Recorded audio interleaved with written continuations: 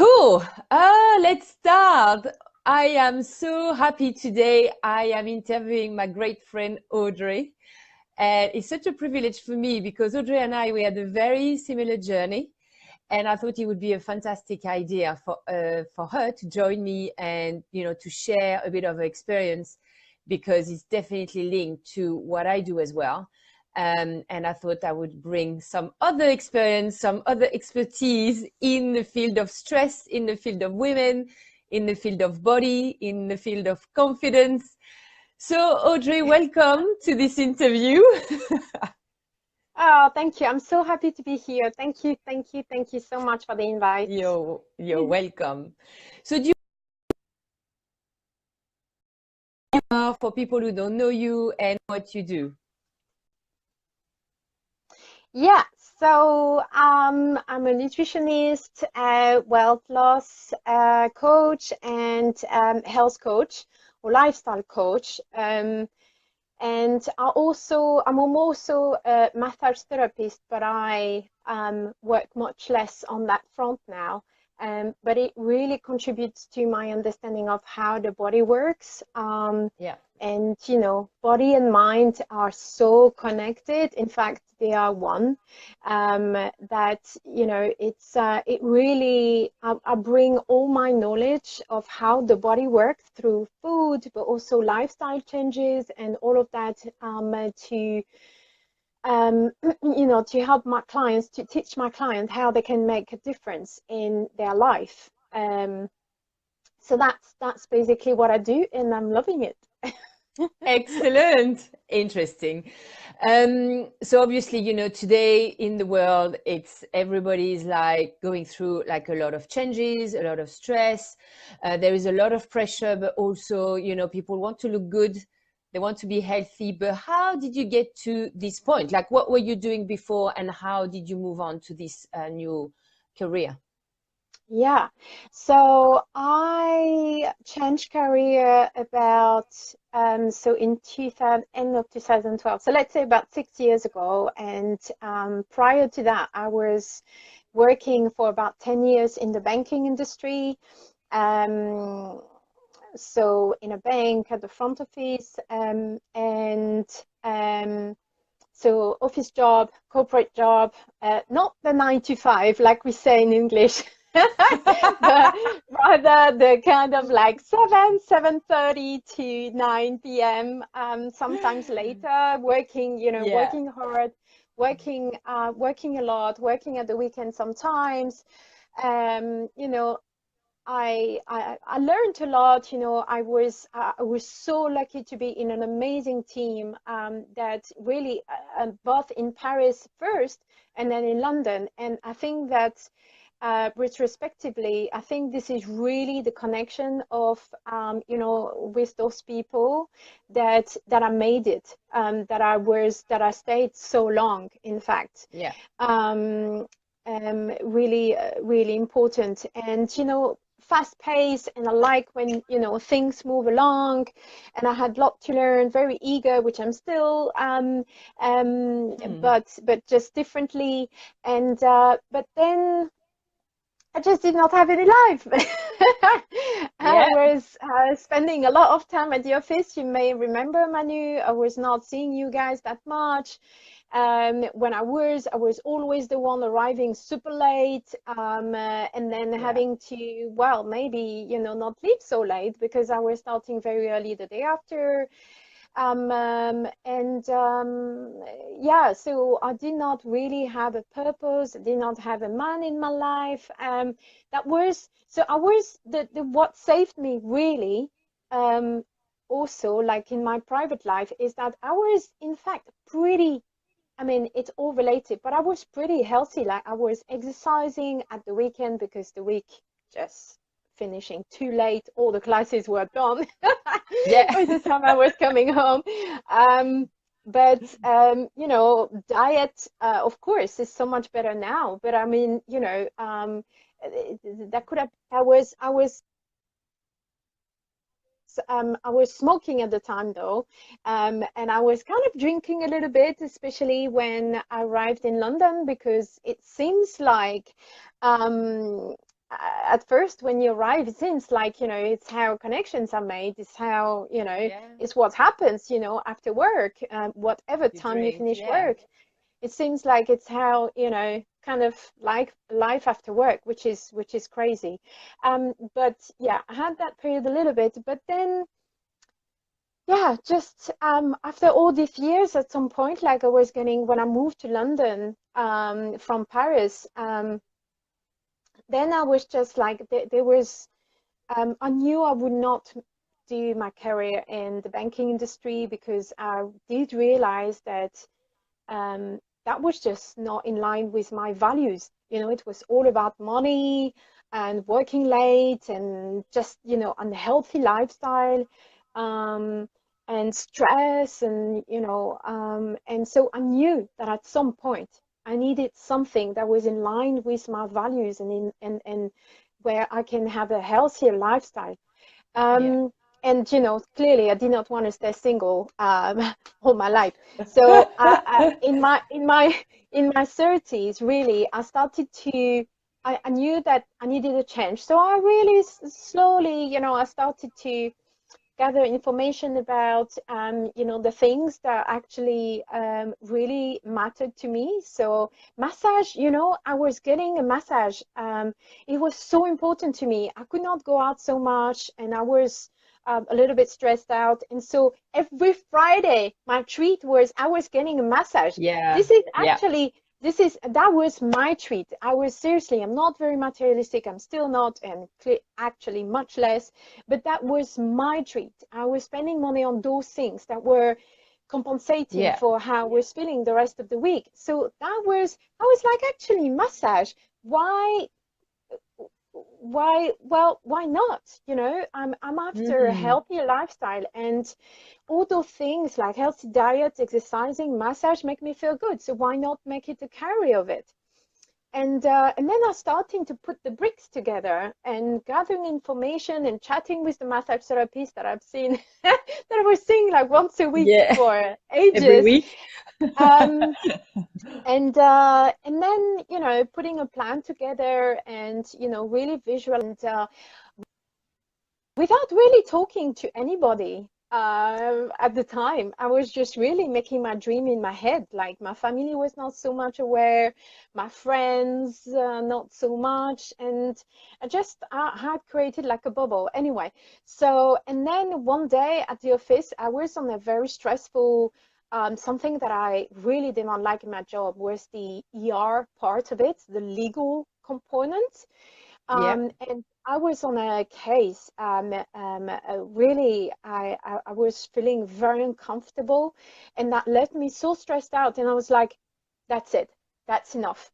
That was Can't do really that the anymore. trigger where I was just like, there is something else to life. There is that can't be possible. So from then, I really like pushed the button and really put into action I all the think the things that line were. gets a bit cut off. There is the problem with the line a little bit. Sometimes you get cut off, but I'm not sure whether it's my connection or yours. We just need to watch that out. That's okay. So fast forward then. So you started doing massage, like you learn about massage. You did the nutrition course as well. Yes. Yeah, massage nutrition course, and then during the nutrition course, well, they teach you how to become a nutritional therapist. They don't teach you how to become a successful nutritional therapist that actually help people to make changes. Yeah. And so this is why I realized, well, you can bombard someone with all the information that possibly Yeah. they can actually find themselves on the internet. What really will make a difference is if you coach them, if you help them, if you really like help them bit by bit to do these To make changes. changes. Yeah. Because Um, nutrition is very much it can be very like I call it chemistry because when I did follow my fair of nutrition course and healthy diet, and sometimes I'm very surprised about what should be eaten when and what kind of mix of food, and so it can become very overwhelming for someone to learn to put it in place and to actually try to understand how the whole thing work around food basically. yeah, absolutely. And things that are already in your head, confusing, so it's really about making it, simple but effective, and for people to understand, because that's the best way to make a change. If you understand what you are suggested to do to feel better, then it's part of the education. So I really teach my clients all of that, because they will have that for life. It's not a crash course, and they can use that for their family and all of that. So, but yeah, what has made me more successful in how I could get results with my clients was, without any doubt, the coaching piece. Yeah, definitely. Any doubt. So that's why I mix. Coaching is very, I coach people too, and it's because you have accountability, and people need, it's the same for me. I need accountability when I've got projects, when I've got goals, when I've got objectives, because it motivates me. And someone I know will be on my back is definitely motivating to get moving to your goal. So definitely get that. So now I'd like to touch on stress and how do you feel? Because I've got my own experience of stress, as you know. For people who don't know, I've experienced stress in many different ways. So first of all, I couldn't sleep anymore.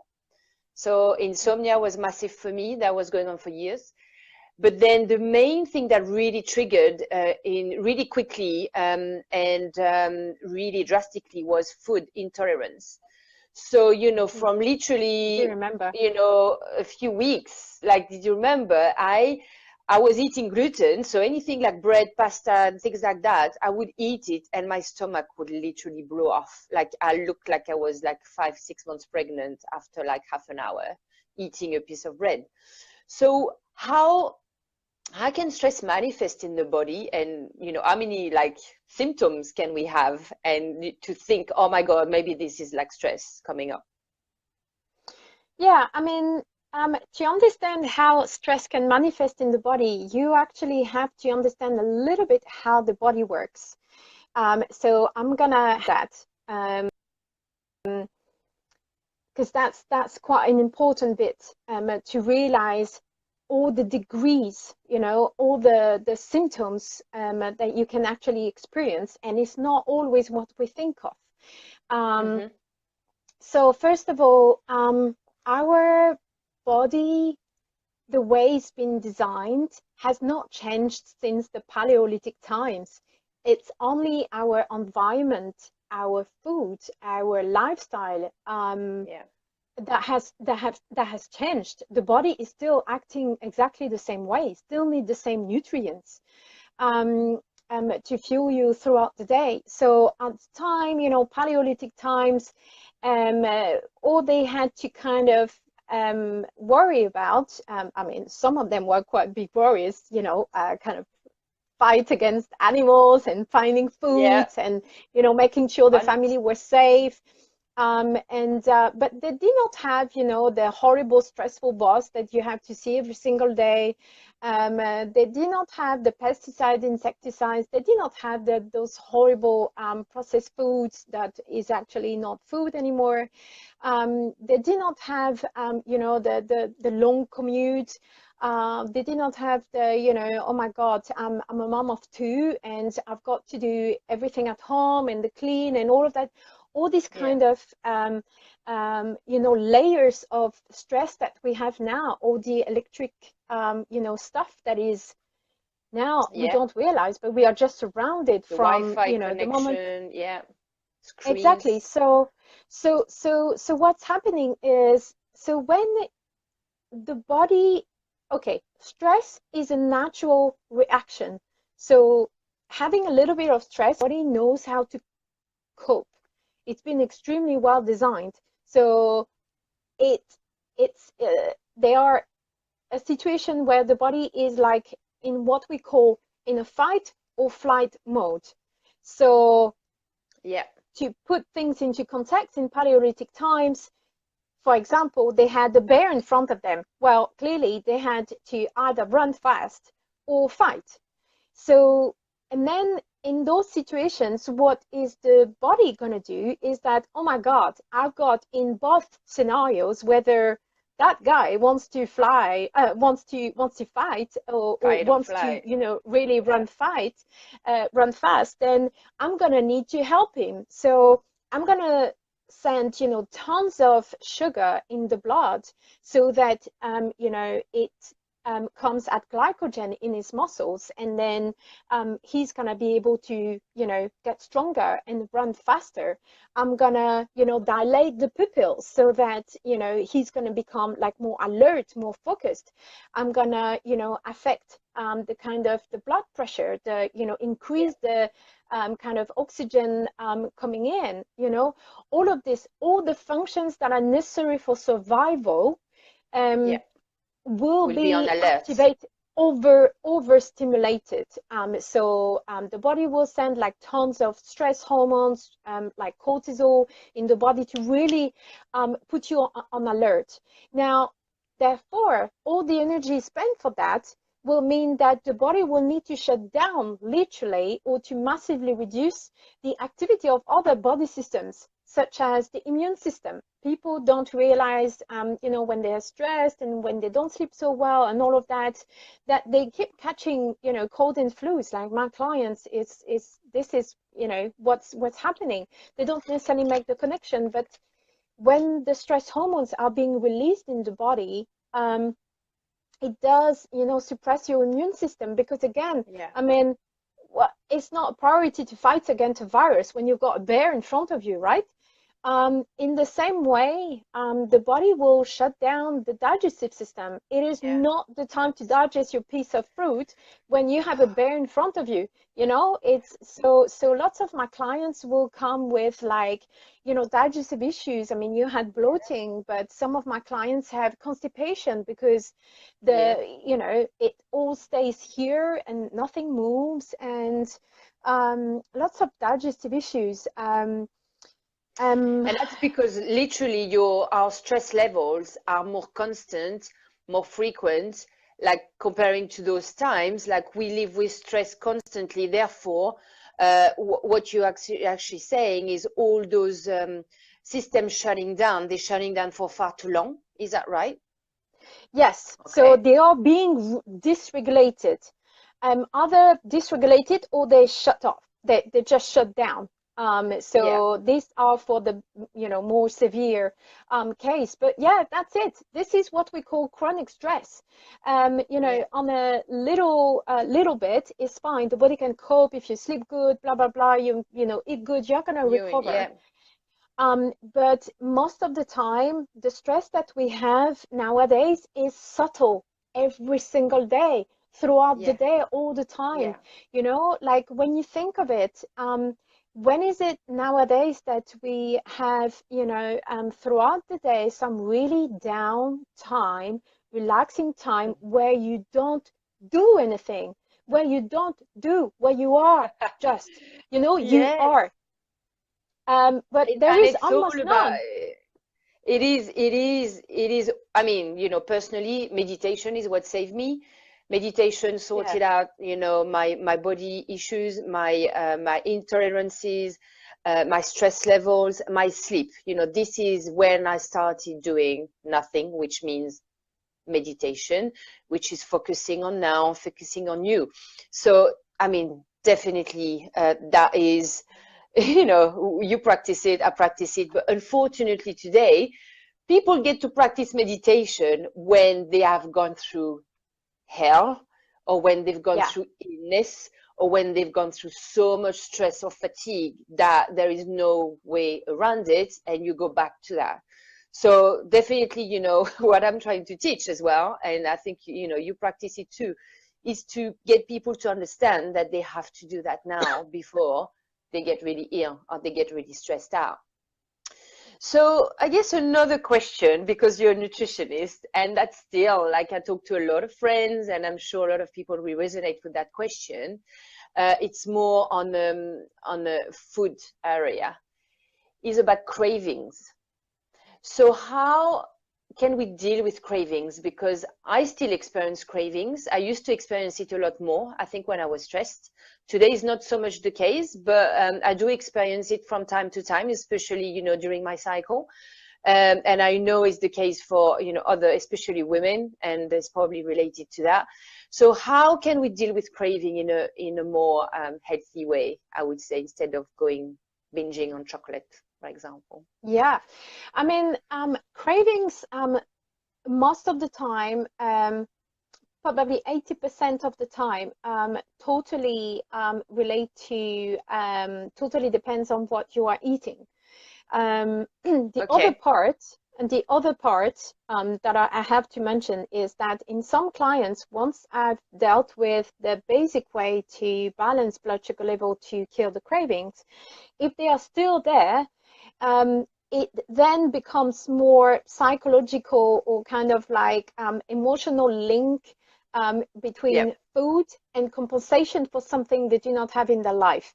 But usually we kill the cravings overall because people start to feel better, and then we can work on the mindset. But just to put that into the context, that most cravings can totally be dealt with via the diet. So how to do that? It's, you know, it has nothing to do with like willpower, depriving yourself, or, you know, having a very strict diet. It's only about balancing your blood sugar levels, which means that Yeah. through food, you need to eat the foods that stabilize your blood sugar levels so that you avoid the highs and lows Yeah. that will, you know, get you to jump on the chocolate, coffee, or whatever stimulants you need. So it means that from the moment, like at every single meal and snack, obviously starting from the breakfast, which is the most important meal of the day to really set your body's intention for the day, is to make sure you have proteins at every single meal, every single snack. This is a rule of thumb. Okay. So even Right. for people who can't have, you know, who can't like resist to a piece of cake, okay, fine. I say, okay, fine. You know, you're not nothing. The world is not going to end if you have your cupcake or whatever. But make sure you have proteins alongside that whatever sugary treat you want to have, so So that what kind of you protein would avoid. you eat with a piece of cake? So let's say I'm going to have a piece of cake and I need protein with it. What protein I would eat? Because you know, protein sometimes is very much linked to, you know, fish or meat or, you know, these kind of things. And I know like grains as well have proteins, but I don't want to eat my piece of cake with meat. Yeah, so you would, so there are obviously multiple protein sources in the plant category, so plant-based proteins. With a piece of cake, well, I'm very creative, and you know, everyone has different tastes, but I guess the most common suggestion here would be Yeah, nuts and seeds. You know, nuts and seeds nuts and with a seeds. piece of Yeah. cake. And the good Okay. thing with that is that it also contains, not for all the nuts, but let's say it contains healthy fats that Yeah. is also another way, secondary way to balance your blood sugar level, because those two things also really keep you full for longer. So that will kill your cravings. But is it not adding on more fat into, you know, if you're gonna have a piece of cake plus nuts, which is healthy fat but still fat, is it not gonna be a bit too fat as a snack? Okay, the it, you know, to have a healthy diet, it's all about balance. Same Balance. in Yeah. your life. So it's all about what is it that I've been eating already during the day? What is it that I'm Yeah. going to eat for the rest of the day? And Yeah. then you balance things out. It might not be too much fat if you've not been eating, you know, one avocado during the day, no coconut yogurt, and if you've Yeah. had only a piece of salmon and your nuts, Yeah. you know. So Okay. So it's it's just all, about how you balance your healthy fat during the day, and if it's just your first intake, then you know that's kind of balance it with the rest of your diet, yeah. basically. But I would say, I mean, obviously, the piece of cake, you don't want to have it every day. Um, No, no, for sure. I and mean, no, you if know, you're to trying be, to, yeah. yeah, even if you want to be healthy, you know, if you want to lose weight, that's for sure. But even if you want to be healthy, you know, having a piece of cake every single day means that there is kind of something that you need to address there. Yeah. But yeah, so I hope I do answer the question. It's really Yeah. about making sure that proteins are there every single meal and snack, and looking at a diversity of where it comes from, plants, animals. Obviously for vegan, my friend vegans, then it's a little bit more of a challenge, especially if they want to lose weight. But then again, it's all about information, education, and they Yeah, manage to do it. definitely. So on that note, then, would you be able to share one of your favorite snacks recipe? Because I know you're very creative, and I know you've got lots of great ideas about how to have healthy snacks. And it's I think linked to craving. Sometimes we feel like, oh, I need something sweet, or I need a nice snack, and then we just don't know what to have. And I'm not the kind of person who would go for a Mars bar. I'm definitely over that time, but sometimes you feel something nice, but you just don't know what. So would you have Yeah. something to share? Yeah, I mean, a recipe, probably not. I like right now, and I can send some to you. I would say, I'm really all about kind of like practical things, and Yeah. especially for snacks, like no-brainer things. And So most what of would my you have friends as a snack? What's your favorite one? So at the moment, I'm having coconut yogurt with nuts and berries. Um, Okay. Sometimes I put little pieces of dark chocolate, or I have a gluten-free, nuts and seed bread with some avocado on it. Okay. Or sometimes I'm having half a sweet potato with some almond butter. I know, a little bit weird, but it's sweet and I almond like that butter. idea. So yeah, I mean, these are ideas. It could be very basic, such as, nuts and a clementine or something. It really Yeah. depends on the taste, um, and the budget and all of that. But I like to, yeah, think of snacks as something that is, you know, easy to find, a no-brainer. Now, if you want to batch cook and prepare, like, sweet potato brownies, or, for the week, then great. That can be a healthy Yeah. snack too, but it requires you to have the food to cook and all of that. Yeah, to cook it, to keep it, and yeah. So, back to a little bit on this, how we keep healthy, and without stress. Would you mind sharing like what you do every day, or your rituals that keeps you, relaxed? And I know you're as busy as me, and we're all very busy. So, what do you do to keep sane and to keep zen? Yeah. So, I start the day by hugging my partner for about 20 seconds, because this is how we can release oxytocin, which, for the mom that are listening to us, they probably know what this is.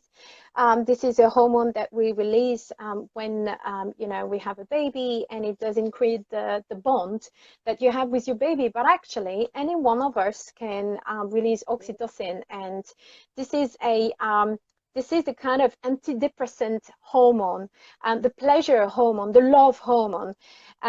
So we try and do that a few times a day. In fact, really the hug, and hugging is actually important. It could be with your partner, it could be with a friend, like the hug, the feeling of love, Yeah. the Just connection the is connection of the important. two bodies. Yeah. Okay. Yeah, and So there so is a that lot of hugging therapy, and yeah, I've heard about that, so definitely. Yeah, Okay. and so that's the first thing that we do. Then I have, healthy breakfast. We take the time to have breakfast, and we chat a little bit during breakfast. Yes, I know we are self-employed, but I think we will still do this if we had another job. It's really what makes us feel good. So we take the time to have breakfast, to digest, really important.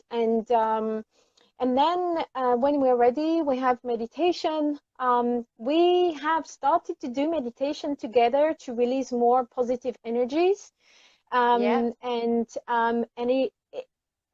We actually believe obviously into that, and since we are still doing it together most of the time.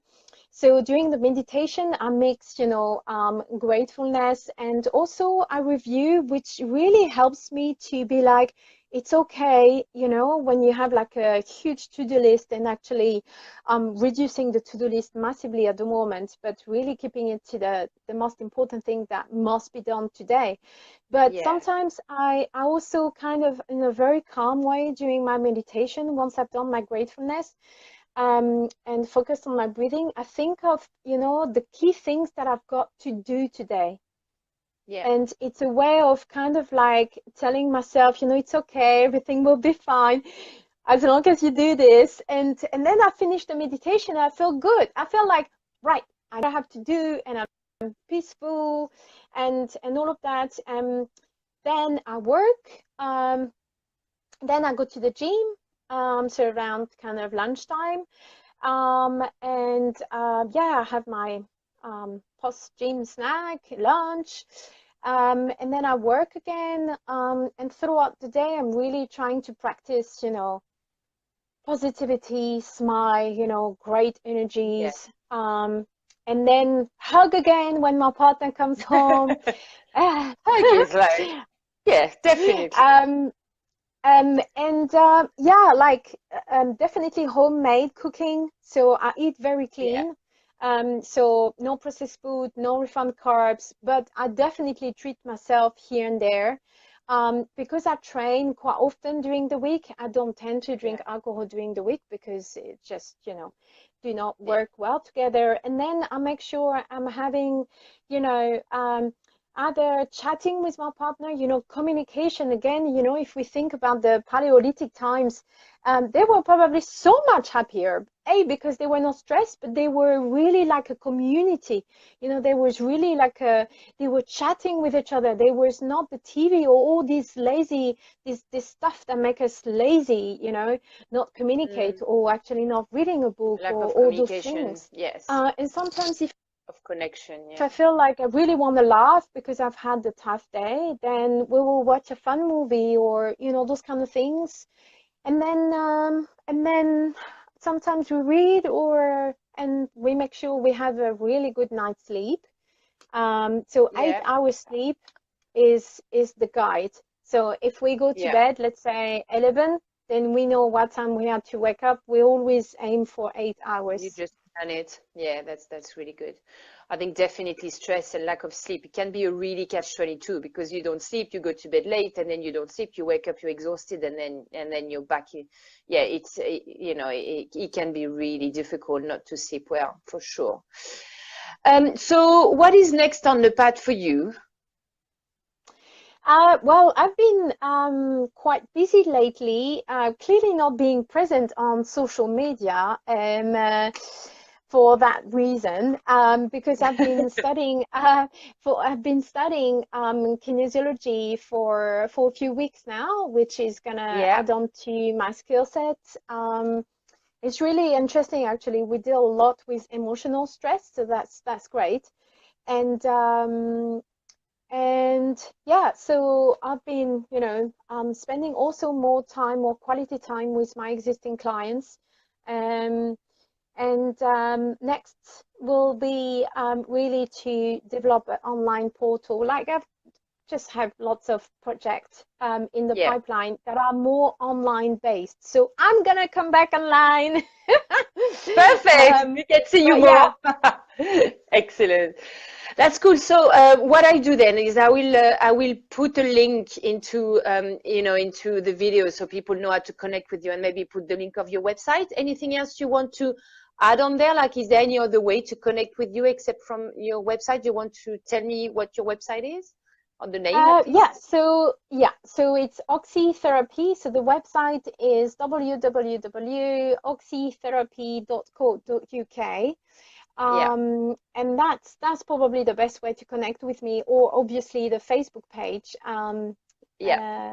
as well. I'll put the link as well for people who might want to connect with you. That's cool. Yeah, yeah. And the last thing that I would say really to finish on that is for people not to wait to arrive to perhaps the point that you unfortunately, experienced, where that was a succession, really a succession of symptoms, quite a few severe symptoms. And in fact, if people hopefully listening to our video, this topic of stress is so huge, right? So it's only a tiny piece that we touched upon Yeah, today. But one thing is really to develop the awareness as to what is stress. Well, stress is not necessarily all the, seeing someone like overstimulated and smoking and drinking. no, No, there are people no, who are stressed from the inside yeah, and will have lots of different symptoms, so it can manifest everywhere in your body in every possible form, and it's often very subtle, so be yeah. aware. And if Little your partner symptoms can, experience, yeah, yeah, exactly, because that can save cool. your partner's um, life to some extent, and yours. Yeah, and it's so true because to add on that, so I've been coaching women with burnout. So they either add one, going to like a next one, very close to it, totally overwhelmed. So this is really the last resort, when you're there. Yeah, Personally, I had this physical burnout, but mentally I was really strong. So I never felt like stress was an issue for me. So I never really had the awareness. I think it's really important that you said that, because it's not always what we feel it is. It's not because you have a burnout that, oh, I'm stressed. Yeah, okay, that's an obvious one. Or you're very depressed. Okay, obvious one. But there's so many yeah, things you're going to get before you get there. And that can be yeah. months before you actually get to that Oh point yeah, where it's so hard to years. recover. Years. Yeah, definitely years. Yeah. Yeah, my insomnia lasted 15 years, and sometimes I'm like, I can't believe my body, Coped. was coped for Coped. so long. I know. It's unbelievable. And this is the problem. Like, we don't realize our body, how strong we can be. And, for maybe like characters, like people like me, we're very strong, we've got a good health. So actually, our body's got so much capacity to survive. Maybe some for others, it would be different. And I think this is definitely a good message to say, be very switched on with whatever message or whatever sign or symptoms you might have, because it can be the Listen to beginning your of body. Yeah, absolutely. yeah, It's amazing because the body will always tell you, if you know how to listen, the body will always tell yeah, you something is not right. yeah. Always. So meditate and listen to your body. That's what we need to know. Audrey, I'm so grateful. It was great to chat with you, My and pleasure. I will share that, and I'll try to share it as well, because I think so many people will benefit from that. And I will speak to you soon, and we'll be in touch. Thank you so much for joining me. I'm so Cool. All grateful. right. Bye, Thank guys. you. Bye. Bye. Bye.